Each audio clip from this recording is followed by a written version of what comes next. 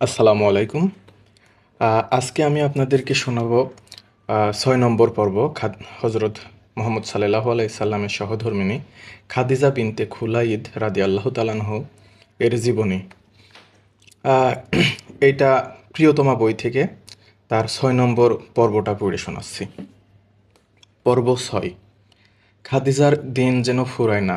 প্রতিদিন তিনি মুহাম্মদের কাফেলার জন্য অপেক্ষার প্রহর গুনছেন। কাফেলার জন্য নাকি মুহাম্মদের জন্য? হয়তো তাই হবে। হয়তো অপেক্ষা করছেন মায়সারার জন্য। মুহাম্মদ সম্পর্কে সবকিছু জানতে তিনি উদগ্রীব। প্রতিদিন বাড়ির দোতলা থেকে তিনি চেয়ে থাকেন সিরিয়ার পথপানে। কখন আসবে দামেস্কের কাফেলা? অবশেষে কাফেলার আগমনী পদধ্বনি শোনা গেল মক্কার উপকণ্ঠে। খাদিজার বুকের স্পন্দন তীব্র থেকে তীব্র হতে লাগল। কী খবর নিয়ে এসেছেন মাইসারা? কেমন আছেন মোহাম্মদ? পথে কোনো বিপদ হয়নি তো? ব্যবসায়িক পণ্যের ব্যাপারে তার কোনো মাথা ব্যথা নেই? ব্যবসা যা হওয়ার হোক, সবার আগে তাকে মোহাম্মদের খবর শুনতে হবে। মোহাম্মদ বাণিজ্য কাফেলা নিয়ে সরাসরি চলে গেলেন মক্কার বাজারে। সেটাই নিয়ম। দামেস্ক থেকে আমদানি করা পণ্য সমুদয় মক্কার বাজারে বিক্রি করে যাবতীয় হিসাব দাখিল করতে হয় নিয়োগদাতার কাছে। তাই তিনি খাদিজার বাড়িতে না এসে পণ্য নিয়ে মক্কার বাজারে গিয়ে সওদাগিরিতে ব্যস্ত হয়ে পড়লেন। যত দ্রুত সম্ভব তিনি এ কাজ সমাপ্ত করতে আগ্রহী। মাইসারার সে দায় নেই। ব্যবসায়িক কাজের কোনো ফিরিস্তি তাকে দিতে হবে না। তার কাজ ছিল সফরে মুহাম্মদের দেখভাল এবং তার ছায়াসঙ্গী হয়ে সবকিছু অবলোকন করা। এখন তার দায়িত্ব শেষ। আর আর কি দেরি করা যায়? তিনি চলে গেলেন খাদিজার কাছে। মুহাম্মদের ব্যাপারে চমকপ্রদ সব সংবাদ জমা করে নিয়ে এসেছেন খাদিজার জন্য। যে পর্যন্ত সেগুলো তাকে না জানাবেন সে পর্যন্ত তার শান্তি নেই। এতদিন পর্যন্ত অনেক কষ্টে বুকের ভেতর আটকে রেখেছেন অবিশ্বাস্য কথামালা। খাদিজা মাইসারার জন্য অপেক্ষা করছিলেন। তিনি আসতেই তাকে একান্তে ডেকে পাঠালেন। কৌতূহল বেশিক্ষণ চাপা দিয়ে রাখতে পারলেন না। জানতে চাইলেন তার প্রতিবেদন। মাইসারাও অপেক্ষা করতে করতে পেরেশান। তার চোখে মুখে উত্তেজনার ছাপ। তিনি স্বস্তিস্বরে বলতে শুরু করলেন, একদম প্রথম থেকে দামেস্ক যাওয়ার পথে যা ঘটেছে দামেস্কের বাজারে ইহুদি ব্যক্তির সঙ্গে তর্ক করার সময়, ফেরার পথে খ্রিস্টান পাদ্রী যে ভবিষ্যদ্বাণী করেছেন, আকাশ থেকে ছায়াদানকারী সেই মেঘখণ্ড, মুহাম্মদের ব্যবসায়িক সততা, ব্যবসায়িক লেনদেনের ক্ষেত্রে তার স্বচ্ছতা, অন্য আর সবার সঙ্গে চারিত্রিক আচরণ, সব তিনি খুলে বললেন খাদিজার কাছে। এ কদিনের জমানো সব কথা এক নাগাড়ে বলে গেলেন। খাদিজার হৃদয় খুশিতে আত্মহারা হওয়ার জোগাড়। তিনি মাইসারার সামনে সেটা প্রকাশ করলেন না। তার সঙ্গে আরও কিছু কথা বলে তাকে বিদায় করে দিলেন। এবার তার সিদ্ধান্ত নেওয়ার পালা। খাদিজা মনে মনে প্রতিজ্ঞাবদ্ধ হলেন। খাদিজার চোখে মুখে বেহেশতি দুটি খেলা করছে। তার হেঁটে চলার ছন্দস্বিক গতি দেখে মনে হচ্ছে তার যেন আজ দুটো ডানা গজিয়েছে। পাখির মতো ফুরফুরে হালকা হয়ে উড়ে যাচ্ছেন ওয়াকারা ইবনে নওফলের বাড়ির দিকে। আজ তিনি ভয়ডরহীন, নিঃশঙ্ক তার হৃদয়। সন্দেহের সকল জড়তা উধাও হয়ে গেছে তার অন্তর থেকে। অবশেষে তার অপেক্ষার দীর্ঘ প্রহর শেষ হতে চলেছে। আল্লাহর প্রেরিত মহাপুরুষের জন্য তার ভালোবাসা পূর্ণতা পেতে চলেছে আজ। খাদিজা খুশির আহ্বান নিয়ে এলেন ওয়ারাকার কাছে। মাইসারার কাছে যা শুনেছেন মুহাম্মদের ব্যাপারে সব খুলে বললেন।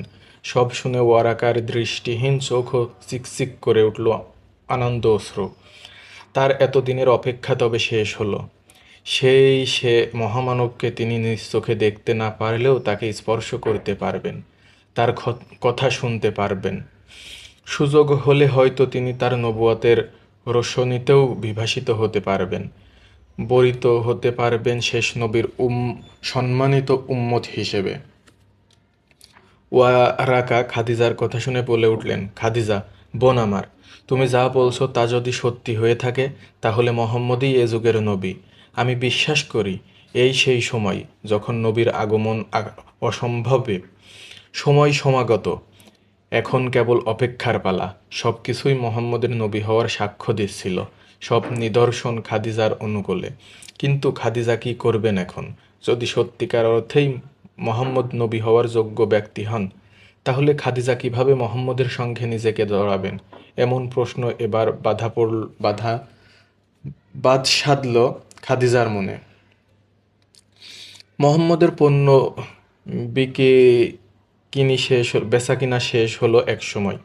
তিনি সব হিসাব বুঝিয়ে দিতে এলেন খাদিজার কাছে।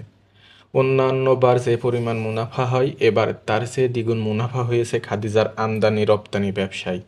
তিনি ব্যবসার মুনাফার দিকে খাদিজার তাকিয়ে দেখার আগ্রহ নেই। তিনি কেবল তার সামনে উপবিষ্ট মোহাম্মদের দিকে তাকিয়ে আছেন। এ যেন এক মহাকালের পরিচয়। অনন্তকাল থেকেই যেন খাদিজা চেনেন মোহাম্মদের এ মুখশ্রী। কি প্রশান্ত, কি প্রাণচঞ্চল! ঐশ্বরিক দ্যুতিতে ঝলমল করছে তার মানব অবয়ব। কিন্তু খাদিজা কিভাবে বলবেন তার হৃদয়ের অভিব্যক্তি? নিজের অপারগতায় মুষড়ে যেতে থাকেন তিনি। এতদিন মুখ ফুটে বলাটা যত সহজ ছিল, এখন কাজে পরিণত করাটা তার চেয়ে অনেক কঠিন হয়ে দাঁড়ালো। বয়সের তারতম্য বিষয়টি তো রয়েছেই। তাছাড়া খাদিজা এতদিন মক্কার সব বড় বড় ব্যবসায়ী, গোত্রপতি, বীরদের বিয়ের প্রস্তাব না করে দিয়েছেন। এ বয়সে আর বিয়ে করবেন না বলেই সবাইকে জানিয়ে দিয়েছেন। কিন্তু মোহাম্মদের প্রতি মুগ্ধতা তার সকল প্রতিজ্ঞা ভেঙে গুঁড়িয়ে দিয়েছে। আল্লাহর প্রেরিত পুরুষের সহধর্মিণী হওয়ার সৌভাগ্যের পরশমণি তার হৃদয়কে ব্যাকুল করে তুলেছে। তিনি কি করবেন কিছুই বুঝতে পারছিলেন না। খাদিজা সারাদিন মনমরা হয়ে বসে থাকেন। মোহাম্মদের কথা ভেবে ভেবে পেরেশান হন। এত কাছে পেয়েও তিনি তাকে হারাবেন। আল্লাহর এত বড় উপহার করতলে আসার পরও তিনি গ্রহণ করতে পারবেন না। তার চোখ জুড়ে জমা হয় বেদনার অশ্রু। মাঝে মধ্যে তিনি ওয়ারাকার কাছে গিয়ে বিষণ্ণ মন নিয়ে বসে থাকেন। পণ্ডিত ওয়ারাকা তার বোনের এমন বেকারারি দেখে অস্থির হয়ে ওঠেন। তাকে পরামর্শ দেন আর কয়েকটা দিন ধৈর্য ধরার। যেহেতু আল্লাহ একবার মোহাম্মদের ভালোবাসায় খাদিজার হৃদয় আলোকিত করেছেন, নিশ্চয় তিনি এ আলোকে অন্ধকারে হারাতে দেবেন না। এটাই ছিল 6 নম্বর পর্ব।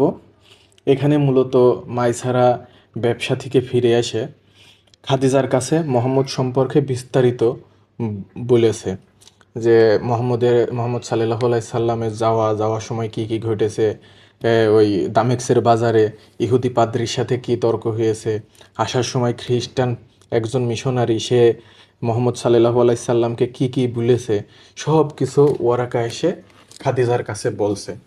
এবং খাদিজা এটা শোনার পরে খুব খুশি হয়েছে এবং খাদিজার মনে কিছুটা সংশয় দেখা দিয়েছে। খাদিজা রাদিয়াল্লাহু তাআলা আনহা বারবার ভাবতেছে যে আমি এখন কি করি।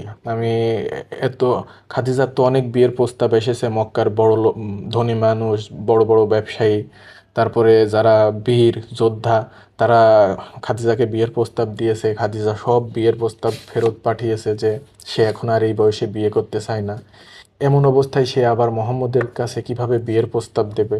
এবং বয়সেরও একটা ব্যাপার আছে, যেহেতু ওই সময় মোহাম্মদ সাল্লাল্লাহু আলাইহি সাল্লাম মাত্র যুবক, আর খাদিজা রাদিয়াল্লাহু তাআলা আনহার বয়স প্রায় 40-এর কোঠায়। এমন অবস্থায় খাদিজা একটু মন খারাপ করেই সারাদিন বসে থাকতো। তো এই সময় তার চাচাতো ভাই ওয়ারাকা তাকে একটা দিলেন, আশ্বস্ত করলেন যে তুমি একটু ধৈর্য ধরো, দেখো আল্লাহ কি করে। এটাই ছিল মূলত 6 নম্বর পর্ব।